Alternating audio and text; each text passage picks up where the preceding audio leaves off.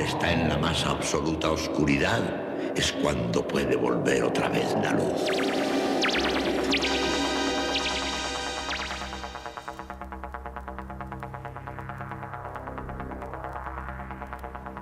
Estás entrando en el espacio en blanco. Una puerta a nuevas dimensiones de la existencia. Una nueva perspectiva sobre la realidad. Espacio en blanco.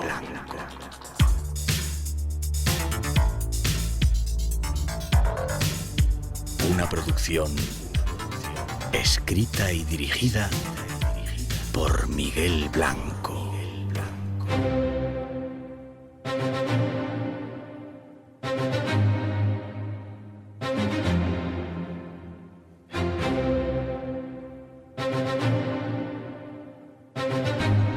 Hola, llegamos, programa especial e histórico del Espacio en Blanco, en esta ocasión desde un lugar sagrado, la iglesia de San Antón en Madrid, y preparados para recibir el invierno o el nacimiento de la luz.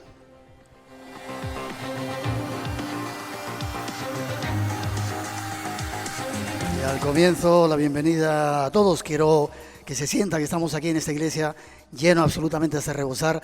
Un aplauso os pido con la gratitud a todos por haber estado aquí a celebrar este nuevo tiempo mágico en este lugar también mágico como es la iglesia de San Antón en Madrid.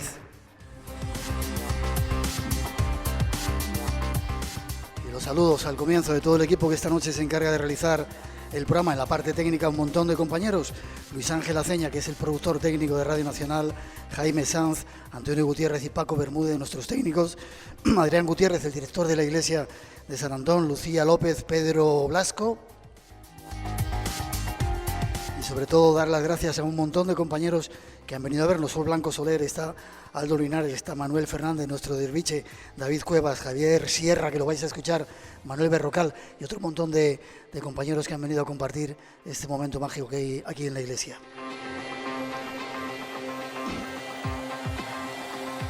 Y luego el habitual equipo de siempre: Rosa Rodríguez en la producción y locución, Natalia Sodillos en la realización y coordinación, y Miguel Blanco que os habla. Como digo, gracias a todos. Aquí hace mucho frío, me estoy quedando sin voz. Abrimos redes sociales esta noche con saludos especiales, en esta noche especial para todos los que están trabajando en hospitales, miembros de seguridad, en el transporte. Saludos a todos y una feliz noche. Ojalá os llegue nuestro calor desde esta iglesia especial aquí en el centro de Madrid. Redes sociales, Blanco Radio en Twitter y en el Face, y además ese número que tenemos de WhatsApp que enseguida os voy a decir por si queréis conectar, pero sobre todo las redes sociales, Blanco Radio y espacio en blanco @rtve.es, nuestro email por si queréis consultar algo.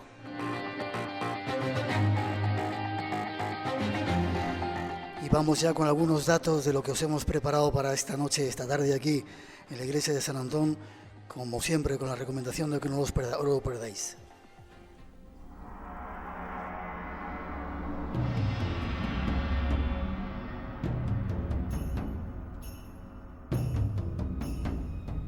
Esta noche queremos ofreceros un programa muy especial.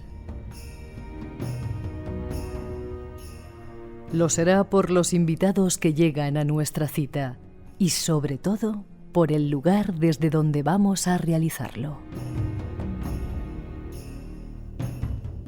Por segundo año consecutivo estamos en la iglesia de San Antón, en Madrid, y no es muy habitual realizar un programa como el nuestro en un lugar como en el que estamos.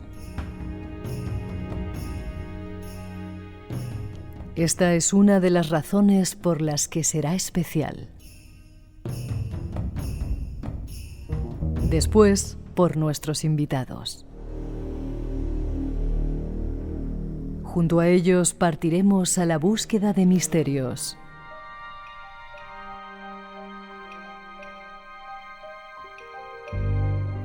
Iremos tras el Santo Grial. Después buscaremos significados escondidos de este tiempo que ya celebramos, la Navidad. Partiremos también tras los enclaves más sagrados del mundo. Seguiremos mirando a los cielos. En ellos, según se sabe, está la clave del futuro de los hombres, ese polvo de estrellas que habita en este planeta.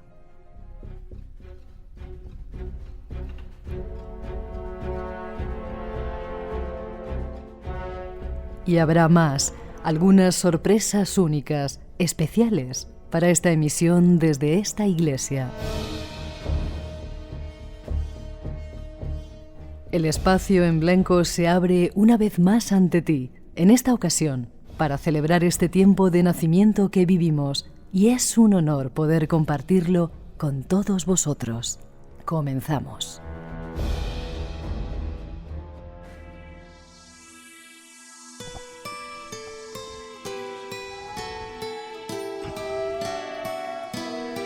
Y al comienzo, antes de empezar a saludar a más compañeros, dar las gracias al Padre Ángel. Otra vez aquí, Padre. Muchas gracias. Gracias siempre a ti. Primero porque nos lías para estas cosas y sabes que siempre estamos a tu disposición. Otra vez la iglesia llena de un montón de amigos que han venido a vernos, hasta de Canarias.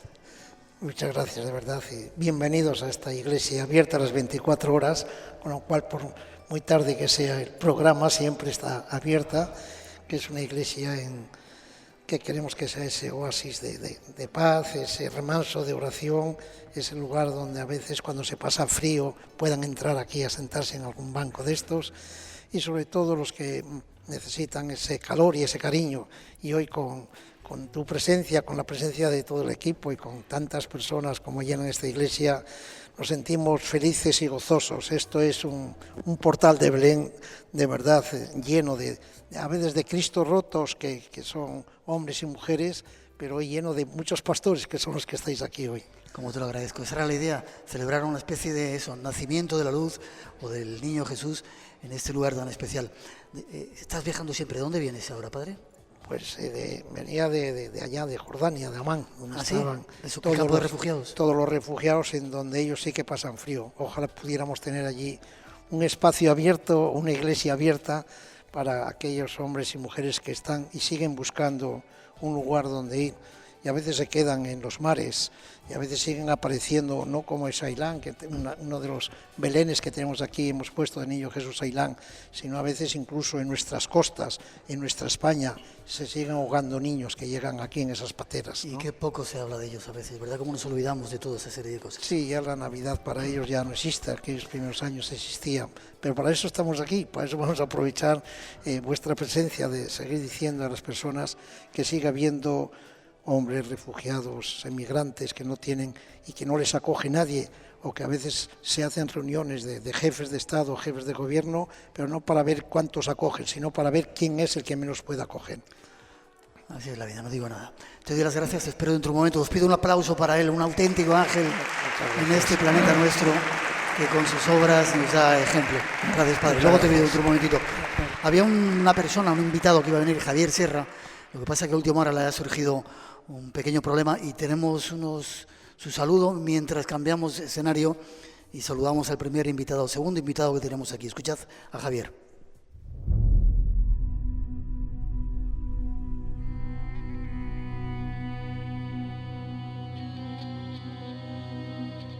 Saludar al primer invitado que tenía que estar aquí esta tarde, esta noche con nosotros, el flamante ganador del Premio Planeta, Javier Sierra. Buenas noches, Javier, ¿cómo estás? ¿Qué tal? Muy buenas noches, Miguel. Aquí todo el mundo esperándote de Saba. Ya lo sé. Son fechas muy complicadas, no solo por el Premio Planeta, que en estas fechas me dejan descansar, sino porque estoy ultimando unos detalles de una serie de televisión que se ha estrenado esta noche, ¿no? Que es Otros Mundos, ¿Sí? y justo me encuentro rodando cosas del último episodio, del que no te puedo hablar mucho, pero que protagoniza un viejo amigo tuyo y mío, que es Manuel Carballal y yo. Sí, supongo lo que es. Con eso te lo digo todo. ¿Puedo decir los extraños ovnis en la montaña de... Bueno, de Montserrat. Vale. Yo te emplazo, deberías estar aquí, mucha gente se estaba esperando en este programa especial en la iglesia, tienes que venir al programa para hablar de ese fuego invisible y qué es la ocultura, que te has convertido en un abanderado de ese término. Es verdad, son cosas nuevas que están moviéndose en el entorno de los temas que nos gustan y que aproximan mucho todo este trabajo con el que tú llevas 30 años en la radio, que es el de la divulgación de las cuestiones fronterizas de la ciencia, de lo marginal, de lo heterodoxo, con la cultura. Al fin y al cabo, todos estos temas que se tocan desde hace tanto tiempo en el Espacio en Blanco forman parte de nuestro patrimonio y creo que en este momento estamos dándonos cuenta de ello y lo podemos defender, en fin, con nobleza y con orgullo, que son dos cosas buenas en este campo. Sí, señor. Gente como tú son los que están contribuyendo a crear o a desentrañar esa ocultura. Enhorabuena por el Premio Planeta, uno de los nuestros. Enhorabuena, te deseo feliz año, feliz Navidad, que sigas con todos esos éxitos que te mereces y que el año que viene estés con nosotros aquí en el Espacio en Blanco contándonos cosas, ¿vale? Claro que sí, Miguel. Muchos saludos, muchos abrazos, bendiciones, luz, feliz Navidad y a todos estos amigos que te acompañan. Bueno, pues el más grande de mis cariños. Igualmente para ti, Javier. Gracias. Hasta prontito. Un año más estamos en Navidad y todo el equipo del programa desea felicitaros estas fiestas.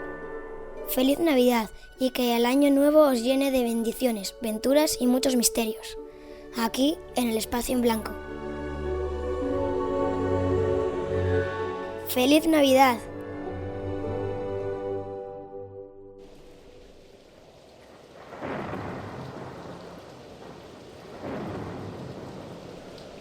Y tras ese saludo de Javier Sierra y de Gabriel Blanco que nos felicitaba la Navidad, tenemos más invitados esperando un clásico que siempre está con nosotros en estas aventuras, Lorenzo Fernández Bueno, para quien os pido un aplauso, un gran aplauso.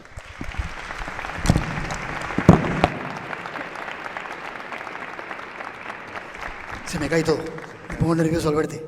Bueno, sabes que siempre suelo provocar fenómenos poltergeist. Pero ahora estoy. ¿Ves lo que te digo? Que suelo provocar fenómenos poltergeist. Estoy alucinando, ¿eh?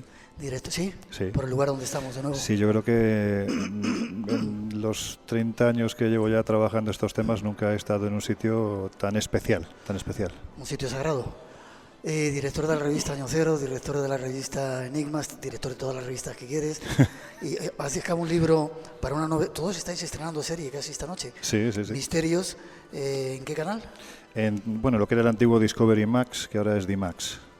Hacemos un avance, la semana que viene se emite de lo que hemos hecho, un avance que ha costado mucho resumir porque son más de 60.000 kilómetros en apenas 3 meses, no ha llegado a los 3 meses y estrenaremos pues seguramente para la tercera semana de enero.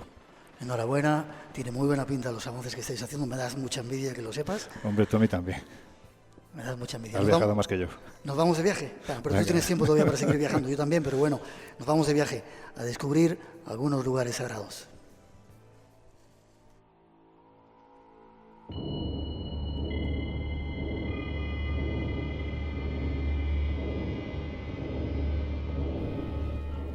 Desde que el ser humano comenzó a creer en dioses, ha diseñado grandes monumentos a sus deidades.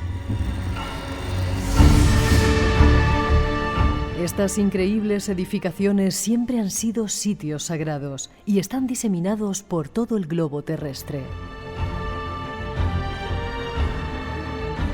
Esta noche vamos a viajar por el mundo a la búsqueda de algunos de ellos. Estos podrían ser algunos ejemplos.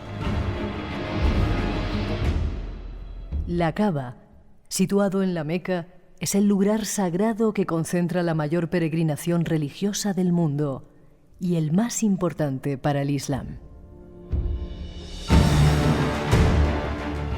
Santa Sofía en Turquía, con el paso de los siglos se ha convertido en un monumento a las religiones y a la cultura.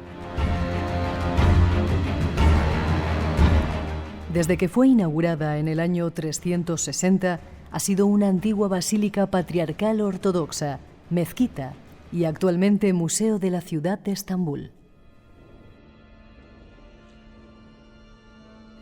Este monumento de grandes dimensiones, situado en Turquía, está dedicado a la divina sabiduría y es conocido en todo el mundo como símbolo de la arquitectura bizantina. La Basílica de San Pedro, localizada en la ciudad-estado del Vaticano, es el templo cristiano por excelencia. Construida en el siglo XVII, no solo fue diseñada para ser un espacio especialmente hermoso, sino que además se buscaba que cupiese el mayor número de gente posible. De hecho, caben hasta 60.000 personas. El templo de Luxor en Egipto. Este lugar sagrado se encuentra situado en la antigua Tebas y estaba dedicado al dios Amón. Es uno de los lugares más visitados por su historia, que se remonta a la época de Ramsés II. El complejo de templos Mahabodhi se traduce como el Gran Despertar y es el templo budista por excelencia. Está situado en Bodh en India. Se supone que en este lugar Siddhartha Gautama fue iluminado y convertido en Buda. Desde entonces ha sido uno de los grandes centros de peregrinación. Son solo unos ejemplos, hay muchos más. Conozcámoslos de la mano de nuestro invitado. Algunos de esos lugares, Lorenzo, los hemos visitado solos o acompañados, ¿verdad? Por esos lugares del mundo mágicos. Sí, la verdad es que muchas veces tenemos la manía, ¿no?, de salir fuera de España, porque parece que estos sitios solo están fuera de nuestro país y sin embargo también en España tenemos lugares que son súper especiales, ¿verdad? Muy especiales, que están sacralizados desde la noche de los tiempos. Yo hay uno concretamente que... No te lances, déjame. No me lances. ¿Estáis a gusto? Preguntar a la gente del público. Siempre me gusta saber si estáis a gusto. ¿Estáis a gusto? Vale, que veo caras así. Vale, ¿dónde nos vamos? Quizá primero a ese lugar que a mí nos gusta, Cantabria Infinita. Sí, yo es un sitio que le tengo mucho cariño porque seguramente muchos de los que están aquí saben que en el año 1995, cuando Iker y yo formábamos parte del Espacio en Blanco, nos fuimos para allá contigo. Vaya noche que me disteis. Porque llegaba el fin del mundo, Decían, ¿sabéis que San Sebastián de Garabandal en Cantabria es un lugar que está considerado prácticamente la tercera aparición mariana más importante del mundo por seguimiento internacional después de Fátima y de Lourdes? El problema es que hay una serie de grupos, ¿no?, más o menos los oficialistas y los que no lo son, y bueno, pues en base a una serie de mensajes llegaron a la conclusión de que el Jueves Santo del año 1995 llegaba el fin del mundo, y evidentemente si llegaba el fin del mundo el Espacio en Blanco tenía que retransmitirlo. Y para allá que nos fuimos, es un sitio que evidentemente aquí estamos, no llegó el fin del mundo, pero es un sitio al que me he ido acercando con el paso de los años, porque independientemente de lo que nos cuenta la historia, que en el año 1961 4 niñas tienen una visión, en un principio es un gran estruendo, es un sonido, posteriormente ven una esfera de luz que se coloca encima de un árbol y posteriormente ven al Arcángel San Miguel, a la Virgen del Carmen, y el sitio se convierte en un lugar de peregrinación que hay que conocerlo, porque estamos en plenos montes cántabros, no es un sitio fácil para llegar. Entonces, cuando empiezas a escarbar, te das cuenta de que da la sensación de que se repite una vez más, ¿no? La historia se repite constantemente. Las religiones también, sagrado sobre sagrado.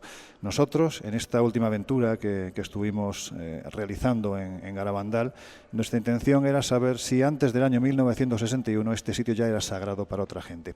Tenemos que pensar que Cantabria se divide en 7 valles. En esos 7 valles, en la época de los soldurios, estoy hablando de hace 2000 años, allí tenían un lugar que era el sitio sagrado por excelencia, que es la Peña Sagra, justo detrás de San Sebastián. Es una montañita, ¿verdad? Es una montaña sagrada, una montaña a la que ellos acudían precisamente con la intención de venerar a sus dioses.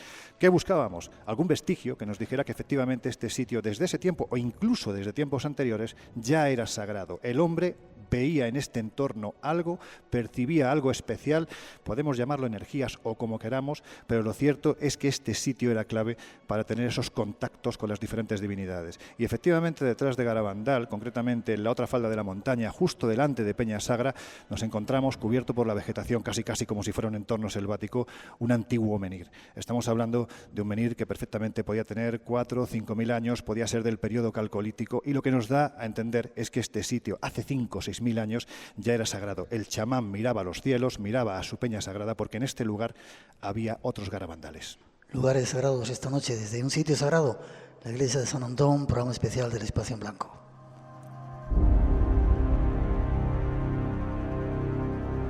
Como siempre, Lorenzo, de meterte prisa. Tenemos poco tiempo y quiero que me cuentes más lugares de ese periplo que has hecho últimamente, de sitios, quizá no se puedan considerar sagrados desde el punto de vista cristiano o católico, no, claro, pero son sagrados. Son sagrados. Rumanía, quizá el otro... Sí, yo te puedo decir y apuntar que... ese sitio de Garabandal, por si vais algún día por Cantabria y no lo conocéis. Tiene que ir, vaya el Nansa, allí está Garabandal, merece la pena verlo. Te puedo decir que cuando hemos hecho la serie de televisión, el equipo ha acabado harto de mí, ¿no? De hecho, no me extraña. Sí, ellos decían que mi amor por el trekking ya les estaba fastidiando, ¿no? Porque prácticamente nos hemos dedicado a estar subiendo montañas. ¿Y qué montañas más carismáticas tenemos en Europa que los Cárpatos transilvanos? Bueno, pues para allá nos hemos ido, no para buscar los pasos de Drácula, sino para buscar los pasos de la peregrinación posiblemente más antigua que se ha realizado en Europa.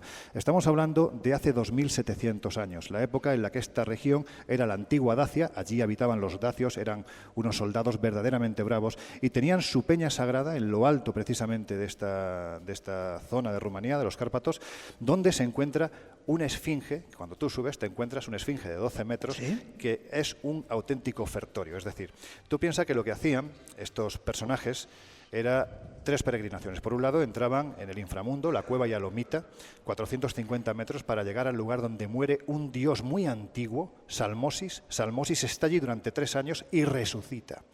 Esa era la primera etapa. La segunda etapa era los Montes Bucegi, un lugar muy especial y concretamente esta esfinge. Para llegar hasta allí sufrían todo tipo de calamidades, pero el objetivo era hacer las 3 peregrinaciones porque aquellos que lograran llegar hasta el final se convertirían no solo en inmortales, sino también en soldados lobo. ¿Qué es lo que hacían cuando llegaban a esta esfinge? ¿Soldados lobo? Soldados lobo. Ahí es posible que nazca este mito de los hombres lobo, que nos dicen que viene de Licaón, de Licosura, de las, vamos a decirlo así, ¿no?, de los mitos griegos, pero no, es mucho más antiguo, ¿no? En esta esfinge se colocaban los candidatos y eran, fíjate qué salvajismo, eran arrojados a un bosque de lanzas. Si conseguían sobrevivir, continuaban ya en una etapa mucho más interiorizada, mucho más íntima, hacia el pico Omu, el pico Hombre, que está justo al fondo. Quien lograba llegar hasta allí era inmortal, era soldado lobo. Fíjate, ¿quién fue el último de los inmortales que adoptó esa manía de empalar? Vlad Tepes. Precisamente intentando seguir los pasos del dios antiguo Salmosis, efectivamente. Qué curioso. Espacio en Blanco, tu cita con lo desconocido, en Radio Nacional, con Miguel Blanco. Y esta noche con un montón de amigos aquí en la iglesia de San Antón y con Lorenzo Fernández Bueno, que nos está contando algunos lugares sagrados del mundo. ¿Me salto alguno, te parece? Sí, claro. El mundo perdido. ¿Dónde está esto? Bueno, es un sitio, es el mundo perdido de Conan Doyle, ¿no? Es la frontera entre Perú y Ecuador. Es una zona muy complicada porque estamos hablando de ceja de selva, es decir, no es selva de río. La selva de río es complicada, pero la selva de montaña no solo te obliga a hacer un esfuerzo físico tremendo, sino a tener que pelearte con garrapatas, con mosquitos, con pulgas, a tener prácticamente carencia de alimento, carencia de agua, es decir, es un sitio especial. Pero es especial porque es sagrado la zona a la que fuimos nosotros. Piensa que en el año 1981 se produce el conflicto de Paquisha, es un conflicto entre Ecuador y Perú que hace que toda esta zona quede minada, ni para ti ni para mí. Allí ni petróleo, no hay oro, no hay plata, pero llegan a esa conclusión, con lo cual tienes que ir con gente que te sepa guiar por los senderos de montaña. Cuando llegas a la parte alta, lo que te encuentras es alucinante, Miguel. Es lo que se conoce como el Valle de los Dinosaurios. Es un lugar que está sacralizado, que se sepa desde hace aproximadamente 10-12.000 años. ¿Por qué lo sabemos? Precisamente por el arte rupestre tan sumamente extraño que se encuentra en este lugar. Tenemos que pensar que toda esta zona es una zona de la que se sabe allí, y así nos lo dice la tradición oral, que los chamanes se inician desde hace miles de años. Imagínate... Suben hasta allí para iniciarse. Claro, y además tienes que pedir permiso o ir acompañado de uno de ellos porque todavía hoy lo hacen. Tú no puedes llegar ahí, pues venga, me meto por aquí y hago lo que me da la gana. No, tienes que pedir permiso. Imagínate lo que es acampar debajo de un abrigo lleno de arte rupestre con miles de años de antigüedad, al calor del fuego y con un chamán que hace el pago, el rito, en homenaje a la madre de todas las madres, a la Pachamama, a la Madre Tierra. Imagínate cómo se vive eso en un lugar como este, cuando además eres consciente en un momento determinado que estás acampando sobre un cementerio nativo.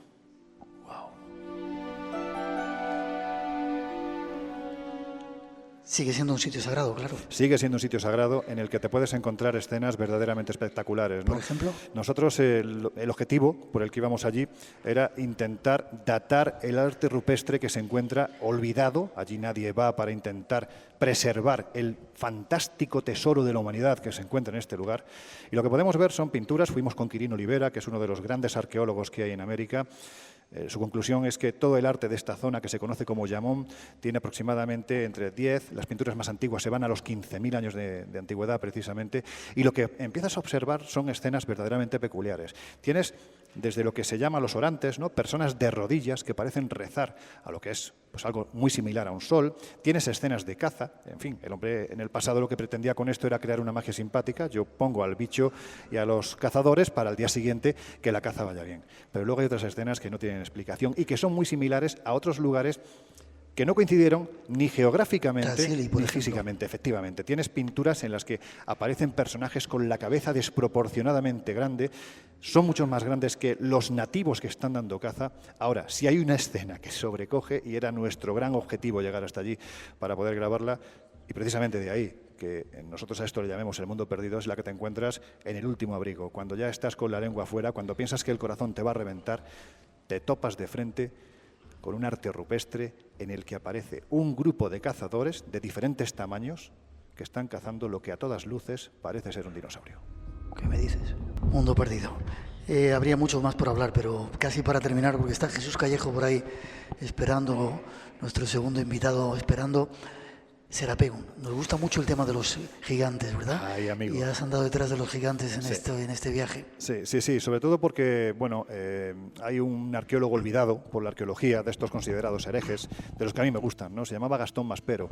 Este hombre llegó en el año 1880 a El Cairo y se quedó fascinado, no por la historia del país en sí, que evidentemente es fascinante, sino por la historia anterior. Él se desplazó desde el primer faraón Menes hacia atrás y se dio cuenta de que el mito hablaba de la presencia de unos semidioses que habitaron Egipto durante 6.000 años. 6.000 años antes de que apareciera el primer faraón. Pero evidentemente esto queda en el marco del mito. Los llamaban la compañía de Horus, los seguidores de Horus, los Ensujor. Cuando empiezas a excavar en este mito te das cuenta de que hay argumentos, lo que buscamos los periodistas, ¿no? La prueba, el dato, lo que pueda avalar que no estás hablando de un mito, aunque yo yo soy de los que defiende que si tú excavas en el mito encuentras la parte real que dio pie a la creación de esa leyenda. Bueno, pues ese pie lo encontramos ni más ni menos que en uno de los templos más alucinantes que hay en Egipto, que es el templo de Seti I, en Abidos, donde hay una galería que es conocida como la Sala de los Ancestros. A la derecha tienes representado a Seti I con su hijo Ramsés II observando los 76 cartuchos pertenecientes a los principales gobernantes del periodo dinástico, pero es que justo enfrente, en la pared de enfrente, tienes la escena replicada. Lo que pasa es que lo que allí aparece son los nombres de esos semidioses. ¿Para qué los pusieron? Bueno, pues sales al exterior y te encuentras con el templo más raro que hay en todo Egipto. Abidos, dices. En Abidos. Te encuentras con el templo del Osirión. En el Osirión supuestamente fue, según nos dice el mito, protegida la cabeza de Osiris, del dios Osiris, cuando se pelea con su hermano Set, en fin, lo que dicen los mitos. Ahí queda. Lo que pasa es que este templo está aproximadamente unos 14 metros por debajo del templo que está justo al lado, el de Seti I. ¿A qué conclusión han llegado los geólogos? Pues que el templo de Seti I se ha construido sobre la acumulación de sedimentos. Por lo tanto, si el Osirión está 14 metros por debajo, la antigüedad no puede ser la misma. Si Seti I tiene 3.000 años de antigüedad, según vas descendiendo, también vas retrocediendo en el tiempo. ¿Hasta dónde? Hasta aproximadamente el 10.500, 11.000 a.C., que es cuando habitaron en esta tierra esos semidioses. Pruebas, pruebas y más pruebas. Ahora bien, ¿dónde pudieron ser enterrados? Pues en el sitio más alucinante que hay en Egipto. Una de las tumbas más increíbles que hay, ¿verdad? Muy cerca de Saqqara, muy cerca de las pirámides, grandes pirámides de Giza. Y que pasa completamente desapercibido. Es decir, tú llegas a Saqqara y prácticamente nadie visita un sitio que posiblemente sea tan sorprendente o más que las pirámides de la meseta de Gizeh. Y estoy diciendo mucho, pero es que el Serapeum es espectacular. La historia ortodoxa nos dice que allí fueron enterrados los bueyes apis, de ahí el tamaño descomunal de estos tanques de granito. Pero hay tantas dudas, es decir, primero, ¿cómo desplazan por esas galerías tan estrechas tanques que pesan 80 toneladas? 20 más la tapa, son colocados a 1 metro por debajo del nivel del suelo por el que es arrastrado en la galería. Y lo más interesante, todas las tapas están desplazadas, hay 24 tanques. Se piensa, bueno, pues aquí fueron guaqueadas, ¿no? Los ladrones de tumbas se llevaron lo que había dentro. Pero Auguste Mariette, el gran arqueólogo, a finales del 19 es el que redescubre este sitio y se da cuenta de que hay un tanque que está cerrado. ¿Cómo trabajaba la arqueología entonces? Bueno, pues a base de bombas, ¿no? Pega un zambombazo, la dinamita hace que toda la galería se llene de polvo y de repente cuando ese tanque es abierto, ese polvo como si fuera una aspiradora es literalmente engullido por ese tanque. Es decir, estaba cerrado herméticamente. Imaginemos por un instante a los arqueólogos viendo ese agujero, se ha aclarado el entorno, ya no hay polvo y asomándose para redescubrir uno de los grandes misterios del pasado. ¿Y sabes qué fue lo que encontraron dentro, Miguel? ¿Qué encontraron? Nada, estaban vacíos.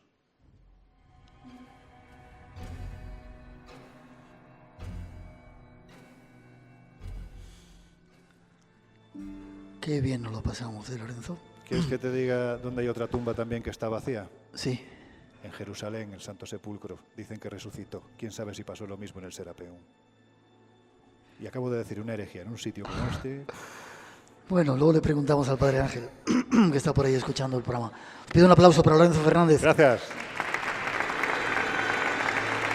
Qué suerte tenemos, Lorenzo, desde hace muchos años que nos conocemos, de dedicarnos a estos temas que nos gustan, que nos apasionan, poder viajar y encima poder contárselo a los demás, compartirlo, ¿verdad? Somos unos privilegiados, yo creo que nos puede la pasión, a veces yo lo digo siempre, lo siento, porque muchas veces cuando hablo de esto se me va la olla, pero es que me gusta tanto, disfruto tanto y me siento tan privilegiado de poder viajar, de poder conocer gente, de poder darle vueltas a la historia, que no siempre tiene por qué ser tal y como nos las han contado, y precisamente por no estar de viaje, tanta suerte de no ver Sálvame, que sinceramente estoy feliz.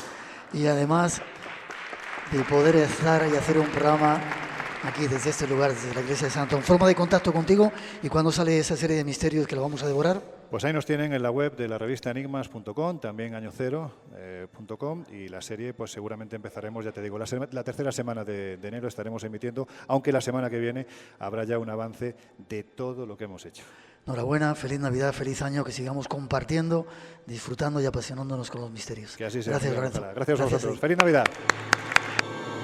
Un nuevo invitado se acerca a nuestro estudio, alguien que también nos acompaña en multitud de aventuras, un clásico de este mundo, don Jesús Callejo.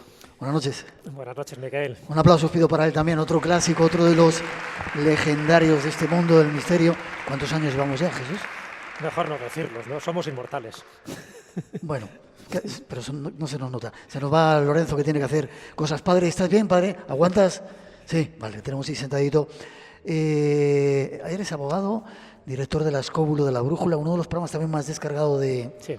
Sí. Ya llevamos ahí nuestras 5 temporadas y sí, es verdad que siempre estamos ahí en esas descargas con las que los oyentes, que son tan generosos, pues nos ofrecen, ¿no? Y prácticamente no deja de ser un regalo que tengamos oyentes, como te pasa a ti, pero además que nos sigan, que nos muestren su cariño, que nos muestren su apoyo y bueno, y ahí seguimos, semana tras semana ofreciendo nuestros contenidos. Sí, señor. Pues nos vamos a hablar de un tema súper extraño, ¿te parece? Venga, me parece bien. Yo no sé de dónde saca Jesús los temas, basta que le llamas y le oye, ¿de qué vamos a hablar? Y ya veréis. Tras esa introducción lo presentamos. Vamos con otro tema curioso, las reliquias. Suspiro de San José. ¿Cómo se guarda un suspiro? En una botella, efectivamente. Al parecer, San José estaba bebiendo y suspiró atrapando el aliento en la botella. Siglos más tarde, casualmente, unos monjes la encontraron y supieron que era el Santo Suspiro. Actualmente se encuentra en el Sancta Sanctorum del Vaticano. Dientes. El tema de los dientes también es algo que se le ha ido de las manos a la religión cristiana, y es que hay más de 64 dientes de leche de Jesús en iglesias de todo el mundo, aunque un niño solo tiene 20, pero también hay un diente de Mahoma en Turquía y otro de Buda en Sri Lanka. Este último dicen que da el poder de gobernar el mundo a quien lo posea. Plumas. Te preguntarás de dónde puede haber salido unas plumas como reliquia. ¿Algún santo tenía pájaro? No, para nada.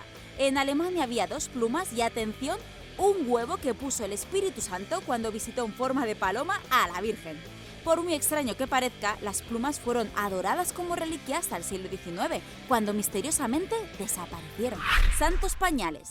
De la infancia de Jesús se conservan muchas reliquias aparte del prepucio, desde el heno del portal en el que vino al mundo, que se venera en Santa María la Mayor, hasta la cola del asno que llevó a Jesús. Bueno, realmente hay 2 colas, aunque lo más curioso es lo del pañal de Cristo, que se mantiene en San Marcelo, en Roma. Prepucio de Jesús. Jesús nació en Judea de padres judíos, así que tuvo que ser circuncidado a los 8 días. María Magdalena fue la protectora del santo prepucio, pero desapareció durante siglos, hasta que un ángel se lo entregó a San Gregorio. En 1900, el culto a esta reliquia fue prohibido, ya que había 17 distintos en iglesias de toda Europa.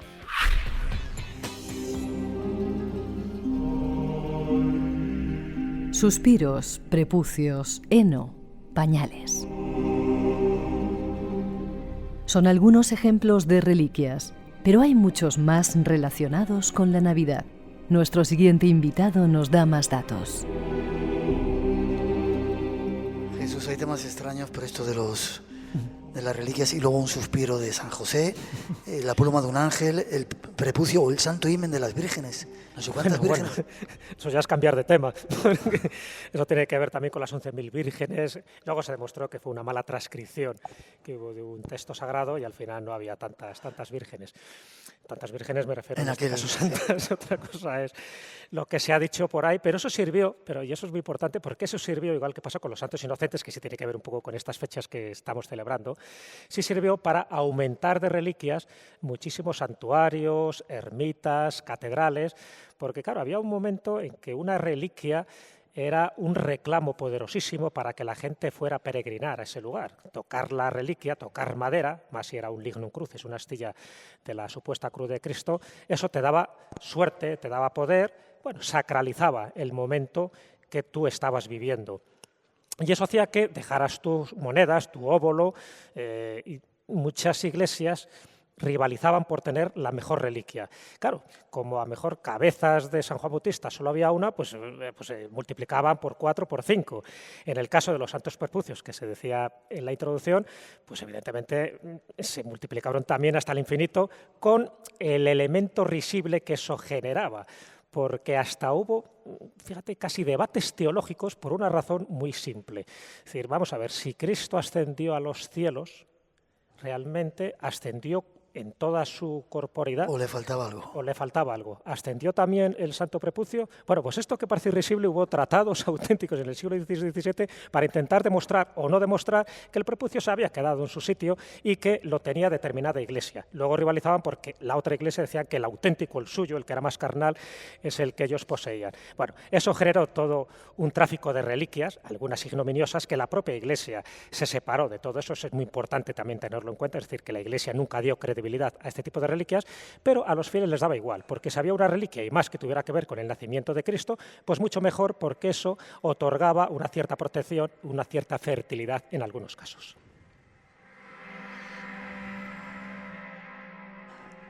El hecho de tener reliquias, Jesús, significaba más óvulos, más dinero, más visitas, ¿no? Totalmente. Yo creo que ese fue el tráfico de reliquias que hubo en su momento. Ten en cuenta que el mayor tráfico es a partir de la Edad Media. Hombre, todo surge, ya no solo estamos hablando de estas reliquias de la Natividad, que hay unas cuantas, algunas relacionadas con el pesebre, otras son reliquias cárnicas, el santo prepucio sería una, pero también el ombligo sería otra. Bueno, pues esto se fue multiplicando. Las de la pasión y muerte de Jesucristo ocurrió lo mismo, ¿no? Con los clavos, en fin, te puedes imaginar, con las espinas, con los lignum crucis. Al final fue un desastre y un desmadre. Todo surge a partir del siglo IV, fíjate, hasta el siglo IV no se empieza a hablar de reliquias, con la emperatriz Helena, con la madre de Constantino, que ella se empeña en recoger todas aquellas reliquias en Tierra Santa que considera que son importantes. Entonces, claro, la credibilidad y la autenticidad pues era, en fin, la que tú te imaginaras. Entonces, a partir de ahí se encuentran todo tipo de adminículos, de objetos sagrados de esa época de Jesús, de la Virgen y de los apóstoles. Y desde ese momento, a partir del siglo IV, es cuando se empieza a popularizar muchas de estas reliquias que ahora nosotros consideramos que son cotidianas. Pero en aquel momento no lo eran tanto, me refiero al siglo IV, siglo V, siglo VI. De hecho, por ponerte solo un ejemplo, los Reyes Magos, que ahora aceptamos todos que son 3 Reyes Magos con sus 3 nombres respectivos, bueno, estos hasta el siglo IV no se establece que son 3. Siempre se había hablado de que si eran 7, que si eran 12, en algunos casos se dijo que eran 60, tampoco se había establecido 60. Que eran reyes. Sí, 60. Cuando se establece que eran reyes es en el siglo V, cuando dice, bueno, eran magos de Oriente, sí, pero si eran magos tenían que ser reyes, y además tenía que representar cada uno a un continente de los conocidos en aquel momento. Hasta el siglo VI no sabemos los nombres, y no sabemos los nombres gracias a un evangelio apócrifo, porque esto es muy importante también. O sea, muchas veces pensamos que todos estos datos los sabemos por los evangelios canónicos, y ¿qué va? La mayoría de los datos que nosotros asumimos como cotidianos vienen de los evangelios apócrifos. Por ejemplo, el buey y la mula viene del evangelio apócrifo, no se dice en los evangelios. Los nombres de los 3 reyes magos vienen en el evangelio armenio de la infancia, del siglo VI. Hasta ese momento nadie sabía cómo se llamaban los reyes magos, de hecho tampoco había una concordancia en cuestiones de nombres, cada uno se inventaba el suyo. Y hasta el siglo XVI no hubo un rey que era negro, que era Baltasar. Hasta ese momento, hasta el siglo XVI, todos eran blancos. David Zurdo creo que luego nos va a contar algunas historias también de los Reyes Magos. O sea que el rey negro se inventó. Claro, o bueno, se añadió. No, se añadió, pero hasta ese momento eran 3 reyes que todo tenía una interpretación simbólica. ¿Por qué eran 3? Porque como cada uno había regalado un objeto determinado, el oro, el incienso y la mirra. El oro, en teoría, porque correspondía a que era rey, el incienso porque era Dios y la mirra porque era hombre. Entonces, bueno, pues todo encajaba. Los 3 regalos también coincidían, pues eso, con los 3 continentes, con las 3 razas, con los 3 momentos, con el pasado, con el presente y el futuro. Es decir, toda esa parte simbólica es muy importante tenerla en cuenta, porque si no, no entenderíamos ciertas contradicciones y por qué algunas iglesias cristianas, todas ellas, pues rivalizaban a la hora de determinar eso, el número, los nombres o los atributos que tenían algunas de las reliquias. Por poner otro ejemplo muy significativo, porque además en una de las iglesias españolas, en la Catedral de Mallorca, tenemos un buen ejemplo, que es la leche de la Virgen, la leche materna de la Virgen. Dices, ¿cómo puede ser posible que haya algunos recintos sagrados que tengan la leche? Nunca podríamos hacer la expresión, la leche.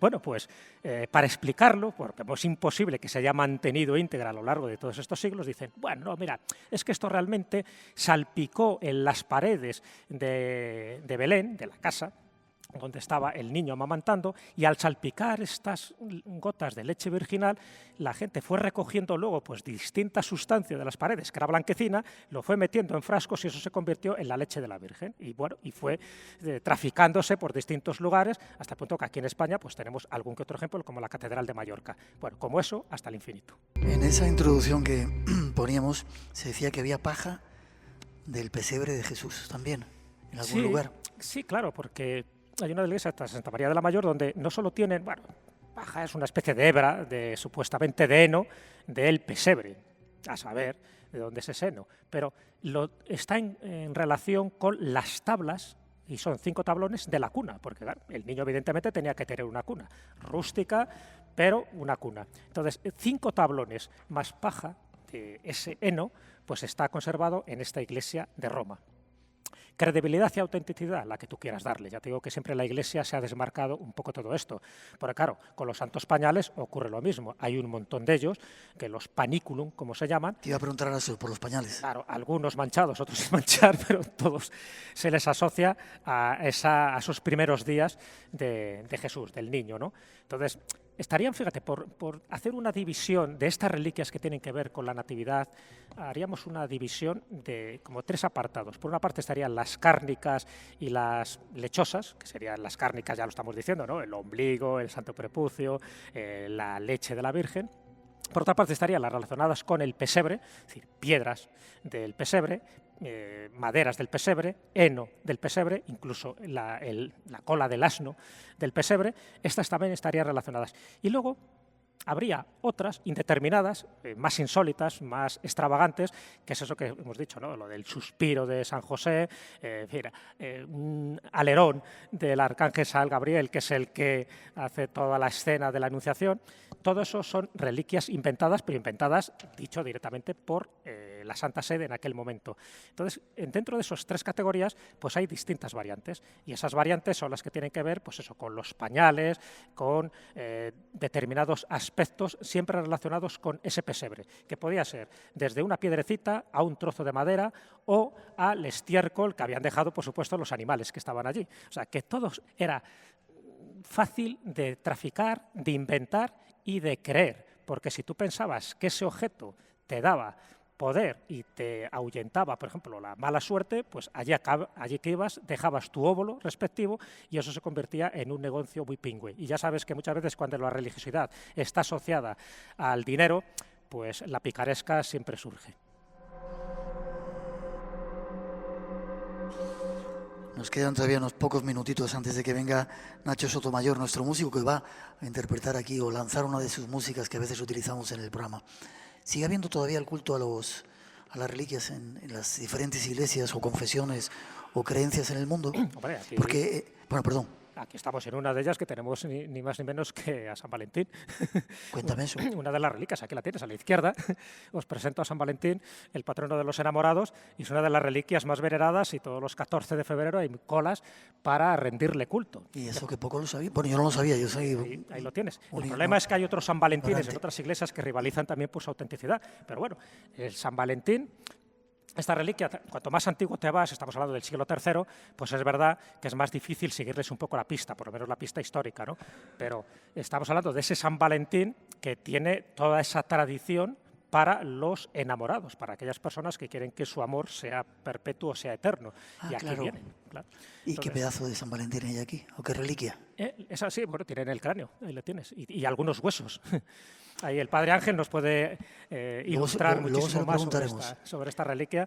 Ya te digo que es una de las mejores porque hasta los años 80 estaba escondida, es decir, que se ha puesto al público y a la veneración relativamente hace poco. Siempre habían estado escondidas porque, bueno, por distintas razones o por las personas, los sacerdotes que antes rigieran la iglesia de San Antón, pues no consideran oportuno que estuviera a la vista, ¿no? Ahora sí, yo creo que es un buen acierto. Ha llegado Juan Ignacio Cuesta, que está por ahí. Para él os pido también un aplauso, otro de los amigos. Otra de las leyendas de este mundo del misterio, participando, aunque sea desde allá abajo, con su energía en este programa especial. Casi para terminar, Jesús, la reliquia más importante, porque Lignum Crucis, que tenemos uno, todavía es año lebaniego, sí. Hay tantos pedacitos de cruces que se podía hacer un bosque, dicen, ¿no? ¿Sabes el problema, Miguel? Que cuando la Iglesia ha autorizado al que alguna de sus reliquias haya pasado por un control científico, se le haya hecho una prueba del carbono 14, por ejemplo, casi siempre la Iglesia sale escaldada porque no da la cronología que a la Iglesia le hubiera gustado. Y eso pasa con 3 reliquias importantes que se les puede datar cronológicamente porque tienen materia orgánica. Una de ellas es la sábana santa de Turín, ya sabes todo lo que se produjo en el año 1988. La otra sería el pañolón de Oviedo, que también se le ha sometido a un análisis con el carbono 14 y tampoco dio la fecha que debería dar, es decir, esos 2000 años, y la otra sería el Titulus Crucis, ese trozo de madera donde aparecía el famoso INRI, ¿no? Que también, al ser madera, es materia orgánica. Bueno, pues siempre que se ha hecho alguna de estas pruebas, siempre los resultados no eran los apetecibles, aún así se permite el culto. De ahí, estamos hablando de reliquias de esta época, de hace 2000 años, no estamos hablando de reliquias más actuales, como pueden ser la de San Francisco Javier, como puede ser la de Santa Teresa de Jesús y tal, que al ser mucho más modernas se sabe perfectamente la autenticidad que tienen. Pero todas estas, la Iglesia, en el momento que ha dado autorización, te digo, se ha encontrado un poco con la horma de su zapato. De ahí que me temo que va a dar pocas autorizaciones para que estas reliquias se determine de una vez por todas si esos tablones, por ejemplo, de la cuna del niño son auténticos. Me parece que nos vamos a quedar con la duda, Miguel. Y no solamente hay reliquias en el mundo católico cristiano, sino que hay reliquias en otras religiones, sí, porque claro. He oído que hay pelos de la barba de Mahoma, un diente de Buda. Sí, claro, el que vaya a este tipo de lugares santos, tanto del budismo como del judaísmo, bueno, incluso del Islam, pues se va a encontrar evidentemente con sus propias reliquias, ¿no? Pies de Buda hay unos cuantos, lo que pasa es que son pies que si tú los miras dices, es imposible que sea la huella de Buda, pero da igual, es un tipo de pie que ellos consideran que es la pisada sagrada, ¿no? Lo de los pelos de la barba de Mahoma aparecen en distintos lugares y ahí están. Otra cosa es que muevan o no muevan a la fe o a la devoción. Pero es cierto que la reliquia no es algo que forme parte solo del mundo cristiano, forma parte del mundo de las distintas religiones, sobre todo las religiones del libro, y lo que es más importante, antes del cristianismo también había reliquias paganas. Es decir, la gente iba allí pues a adorar o a reverenciar o a postrarse de hinojos ante el escudo de Alejandro Magno, por ejemplo, o ante la lanza de Aquiles o lo que fuera menester. Y con la misma credibilidad que pueden tener también nuestras reliquias, pero también en esas épocas lo que eran sus héroes, lo que eran sus personajes míticos, también tenían siempre su casco, su lanza, su escudo al que iban a adorar, o incluso la calavera, y también se les ofrecía, como no, el óvulo respectivo. Por eso esto es un negocio muy lucrativo desde hace 5.000 años. Jesús, te tengo que despedir momentáneamente porque luego vas a entrar a darnos más datos diferentes de la Navidad. Forma de contacto contigo, si quieren escuchar ese programa, ponerse en contacto con... Sí, bueno, pues laescobula.com, ahí desde luego están todos nuestros contenidos, y luego si quieren ponerse en contacto conmigo personalmente a través de Facebook, tecleen Jesús Callejo Cabo, ahí estoy. Es un placer que estés siempre con nosotros compartiendo aventuras, que sigamos haciéndolo, aunque luego te lo diré, feliz Navidad, feliz año, y que sigamos compartiendo aventuras, como te digo. Un aplauso os pido para él. Gracias.